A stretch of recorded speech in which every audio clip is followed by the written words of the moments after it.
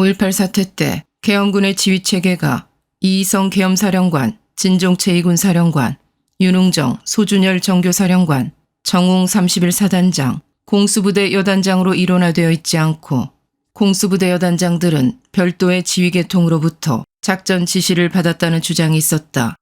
내가 광주 사태 때 군작전에 직접적으로 개입했을 것이라는 의심에서 비롯된 가설이다.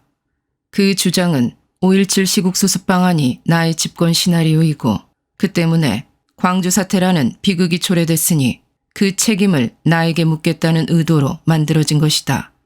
나는 육군사관학교 출신이고 군 생활도 오래 했지만 그때까지 지휘권에 이원하라는 말은 한 번도 들어본 일이 없었다. 도대체 군대를 지휘하는데 그 지휘체계가 두 군데로 나뉜다는 것은 생각도 할 수 없는 일이다. 한 부대를 동시에 두 사람이 지휘한다면 그것은 이미 군대 조직이라고 말할 수 없다. 지휘권이 확립되지 않았다는 말은 있다. 지휘관이 명령을 하는데 부하가 지시대로 따르지 않거나 명령 이행이 불가능할 때 지휘권이 확립되지 않았다는 말을 하는 경우가 있지만 지휘체계가 두 갈래로 이원화되었다고 하는 경우를 나는 상상할 수조차 없다. 그런데 5.18 특별법에 따른 수사와 재판 과정에서 검찰은 김영삼 정권의 주문에 맞춰 어떻게 해서든지 나에게 광주 사태의 책임을 뒤집어 씌우기 위해 개념도 모호한 지휘권 이원화라는 비상식적인 논리를 끌어다 댔다. 그 주장을 뒷받침하는 정황 증거로 제시된 것이 이희성 계엄사령관의 일원화 지시 사실이다. 이희성 사령관은 5월 21일 오후 3시 30분경 참모회의에서 선무활동 강화, 외곽도로 차단 작전에 대한 지시를 내리면서 지휘체계의 일원화를 언급한 일이 있었다.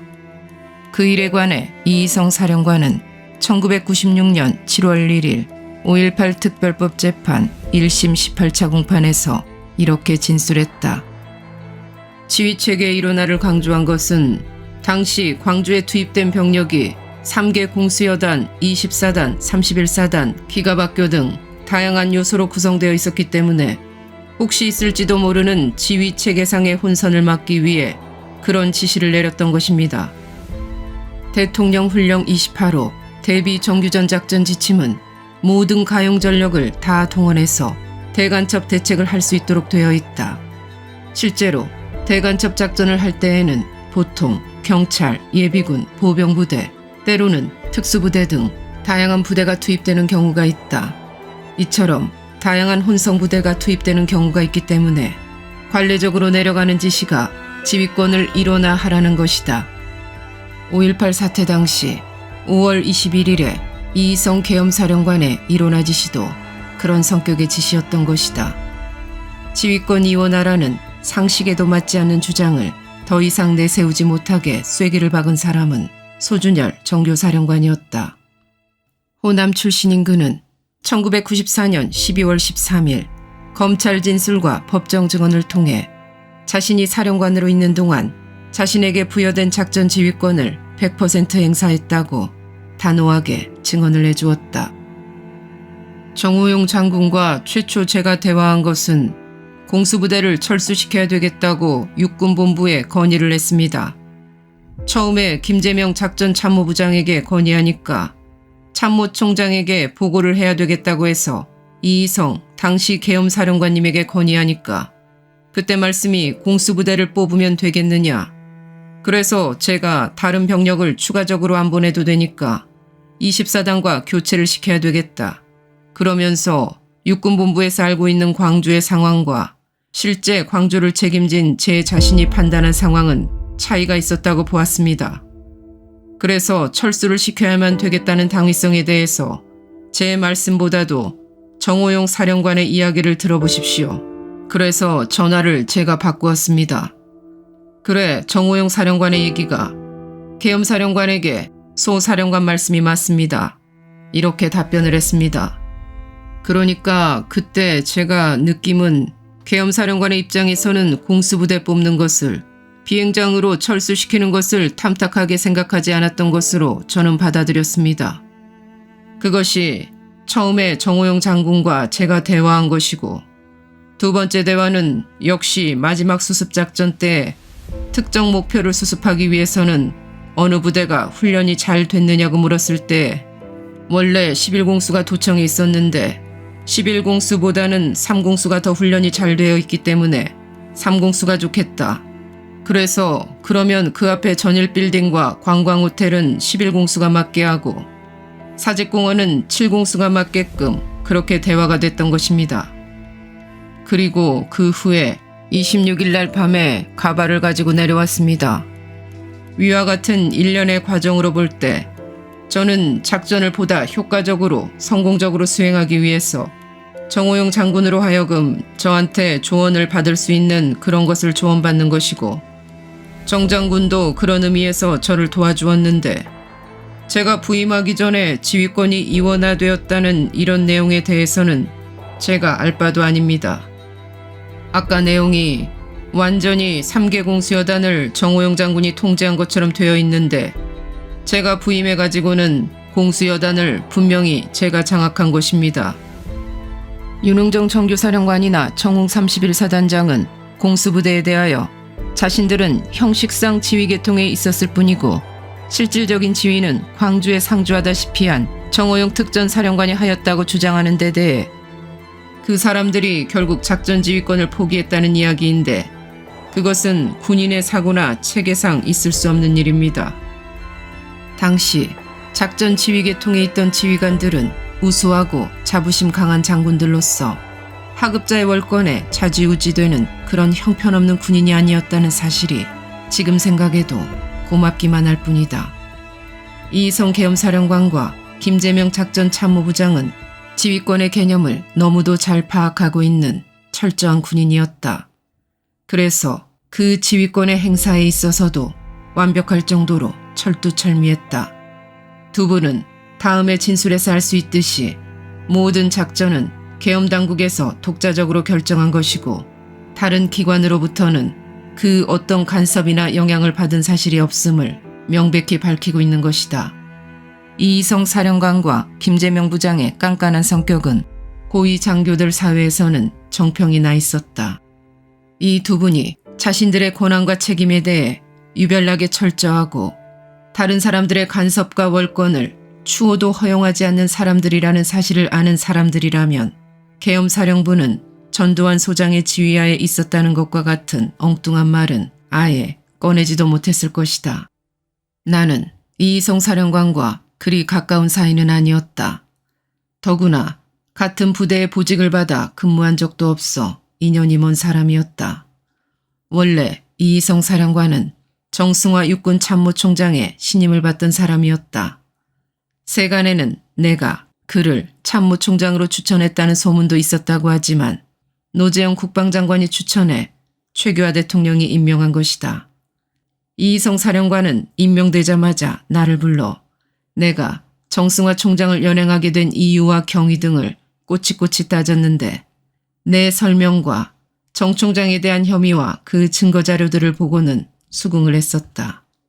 내가 11.6 이후 합수본부장을 맡게 됨으로써 군부 내에 영향력 있는 인물로 부상했다고 할지라도 이 사령관이 엄연히 자기 부하인 내 눈치나 보면서 일할 사람이 아니라는 것은 그를 잘 아는 사람들은 주지하고 있는 일이었다. 이희성 사령관과 김재명 부장은 내가 지휘권에 개입했다는 주장들과 관련해 다음과 같이 진술하고 있다. 광주 사태는 주로 작전 사항에 속하기 때문에 계엄사령부에서 직접 보안사나 합수부에 조치를 하도록 지시한 바는 전혀 없습니다. 증인은 5월 18일 전두환, 황영시 피고인이나 합수부로부터 광주에서 시위가 일어났으니 공수부대를 투입하여 시위를 조속히 진압하고 공수부대 병력을 광주에 추가로 출동시켜 달라고 하는 요청이나 지시를 받은 사실이 있습니까? 없습니다. 광주 사태 기간뿐만 아니라 제가 작전참모부장으로 있는 한 작전계통 아닌 정보계통요원으로부터 요청을 받거나 협의를 한 적이 없습니다. 증인은 이희성 피고인에게 합수부에서 특전사 1개 여단의 증파를 요청하고 있다는 건의를 한 사실이 있습니까? 없습니다. 계엄사령부가 5월 19일에 3공수여단을 광주에 출동시키고 5월 20일에 24단을 추가로 광주에 출동시킨 것은 전두환 피고인의 요청에 따른 것이었나요? 잘못되어도 한참 잘못되었습니다. 육군본부 작전참모부장 김재명 장군은 1980년 봄 계엄사령부가 시행한 모든 군사작전의 기본계획을 수립한 사람이다. 그는 육군사관학교 생도 1기생으로 졸업을 앞두고 6.25가 발발하자 즉각 전투에 투입돼 휴전 때까지 특공 결사대로 활약하며 전공을 세웠다. 2차례나 미 육군 보병학교로 유학을 가서 작전교육을 받았고 한미연합 합동작전에 관한 한 독보적인 권위자로 평가받는 사람이었다. 김 장군이 1980년 봄 계엄군의 작전을 모두 계획하고 입안했으므로 군 내부의 조사 과정에서는 물론 검찰 수사와 재판 과정에 출두해 중요한 증언과 진술을 했다. 특히 당시 재판이 5.18 사태에 나를 엮어 처벌하려는 정치적 목적으로 이루어진 만큼 검찰은 전남 강진이 고향인 김 장군한테서 그들이 원하는 답을 얻기 위해 가능한 모든 수단을 동원했다. 그러나 김 장군의 답변은 항상 일관된 것이어서 검찰이 몹시 당황해했다고 전해진다. 김 장군은 작전 당시 만들어졌던 모든 문서와 자료들을 그때까지도 보관하고 있다가 제시하면서 계엄군의 진압작전은 모두 자신이 계획하고 수립했으며 예하부대에 시달하여 실시하도록 했다고 분명하게 진술했다. 지휘계통 이외의 개입, 특히 당시 실권자였다는 이유만으로 진압작전에 적극 개입했을 것이라는 의혹을 받고 있는 나는 작전과 전혀 무관하다는 점을 단호한 어조로 밝혀주었던 것이다. 군 지휘부가 병력을 동원하고 운용하기 위한 군사작전 계획을 수립할 때 정치적 고려는 철저히 배제시키는 것이 철칙이다. 군 지휘관은 누구나 다 알고 있는 상식이고 실제 그렇게 해왔다. 철저한 군인이었던 김재명 장군은 그 누구보다도 원리 원칙에 투철했던 것이다. 결국 광주 사태가 수습된 뒤 김 장군은 광주 작전과 관련해 문책을 당해 예편됐다. 김 장군이 세간의 측처럼 진압작전에 관해 보안사령관인 나와 협의를 했거나 내가 간섭한 일이라도 있었다면 내가 대통령으로 취임한 이후 김 장군을 그런 식으로 불이익을 당하도록 내버려 두지는 않았을 것이다. 또 만에 하나 김 장군이 억울하게 예편된 것이라면 나에게 원한을 품고 있었을 것인 만큼 5.18 특별법에 따른 검찰 수사와 재판 과정에서 나에게 불리한 진술을 했을 법도 한데 그런 일은 전혀 없었다. 군에서 지휘권에 대한 권한과 책임은 과하다 싶을 만큼 철저하다. 정식 지휘 계통에 있지 않은 자가 작전에 간섭한다는 것은 생각조차 할 수 없는 일이다. 특히 훈련이 아닌 실제 상황에서는 더욱 엄격히 지켜진다. 무장한 병력을 지휘한다는 것은 생명과 직결된 일이다. 여차하면 상대를 죽여야 하든가 또 잘못되면 죽임을 당하는 이런 일을 책임지고 지휘하는 사람이 명령 계통에 있지 않은 다른 사람이 간섭하는 것을 받아들인다는 건 결코 있을 수 없는 일이다. 군대에서 지휘권이란 곧 생명이기 때문이다. 1995년 7월 18일 검찰이 광주 사태 당시에 군작전 지휘권 논란에 관해 발표한 수사 결론은 지휘권 이원화 문제에 대한 시시비비에 종지부를 찍은 것이다.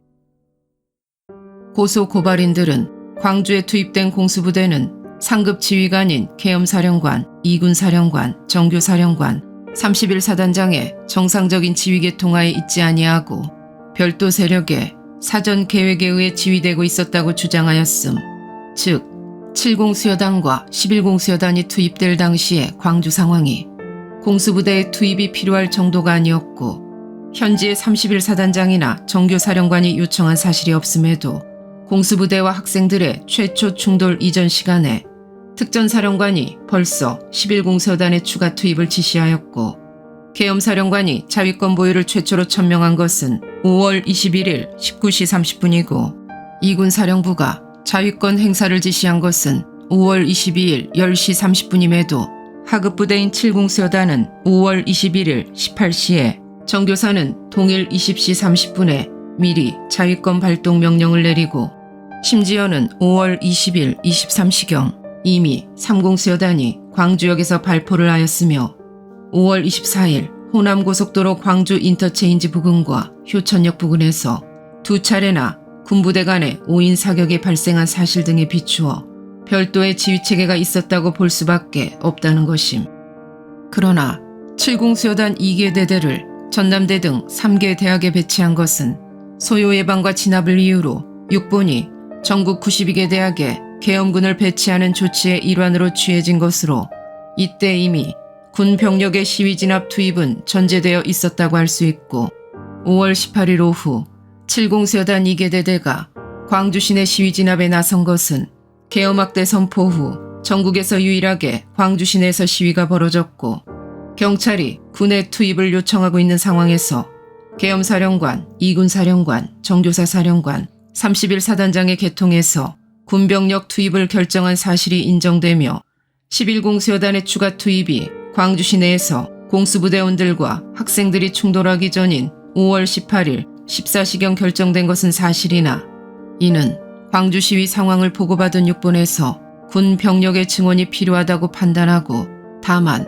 공수여단 중 적절한 파견 부대의 결정을 위하여 특전 사령관의 의견을 들어 11공수여단을 증원하기로 결정하였던 것이고 초기에 7공수여단을 시위 진압에 투입한 후 5월 18일 야간에 공수부대를 광주 시내에 거점 배치하고 5월 19일 11공수여단의 추가 작전 통제에 따라 책임 지역을 구분하여 시위 진압에 투입하고 5월 20일 3공수여단의 추가 투입에 따라 다시 책임 지역을 구분하여 시위 진압에 투입하고 5월 21일 공수부대를 시 외곽으로 철수시키는 등의 일련의 부대 운영에 관한 지휘를 실제 31사단장과 정교사령관이 행한 사실이 인정되며 계엄사령관의 자위권 보유 천명 시간과 각 부대의 자위권 발동 지시 시간이 꼭 들어맞지 않는 것은 사실이나 자위권 발동이 결정된 마당에 계엄사령관의 방송을 통한 발표 이전에 자위권 발동 사실이 하급부대에 통보될 수 있는 것이고 실제로도 윤웅정 정교사령관은 5월 21일 16시경 이희성 계엄사령관으로부터 계엄군 외곽 철수와 함께 자위권 발동 승인을 받은 사실 등에 비추어 그와 같은 지시들이 발령 전파되는 과정에서 선우가 약간 다르다고 해서 지휘권이 이원화되었다고 단정할 수 없고 5월 21일 16시 31사단장의 2개 공수여단에 대한 작전 지휘권이 정교사령관에게 전환된 후에는 각 공수여단이 책임 지역에서 외곽 봉쇄 임무만을 수행하다가 광주 재진입 작전에 투입된 것으로 광주 재진입 작전은 정교사령관이 계엄사령관의 지휘를 받아 특전사령관 등의 자문과 조언을 참고하여 그의 책임하에 수행한 것이 인정되며 또 군부대 간의 오인 사격은 정교사와 공수여단 및 정교사 예약 각 부대 간의 상호 상황 전파 및 통제의 미숙, 단위부대 지휘관들의 상황 판단 미숙과 침착성 부족 등에 기인하여 발생한 것으로 이를 두고 지휘권 이원화의 결과라고 할 수는 없음. 물론 광주에 파견된 3개 공수여단이 정교사령관이나 31사단장의 작전 통제하에 있었음에도 31사단 등과는 무전 교신 체계가 상이한 상태에서 특전사 일부 장교들이 정교사에서 전용 무선 발수신 장치를 설치하여 각 공수여단과 별도로 교신하면서 상황을 파악하고 특전사령관이 11공수여단과 3공수여단의 증원 결정에 의견을 제시하고 수시 광주를 방문하면서 공수여단 지휘관들을 격려하고 광주 재진입 작전인 상무충정 작전을 수행함에 있어 특공부대를 선정하는 데 관여한 사실 등이 인정되나 이를 가지고 당시 공수여단에 대한 지휘권이 이원화되었다고 할 수는 없는 것이다.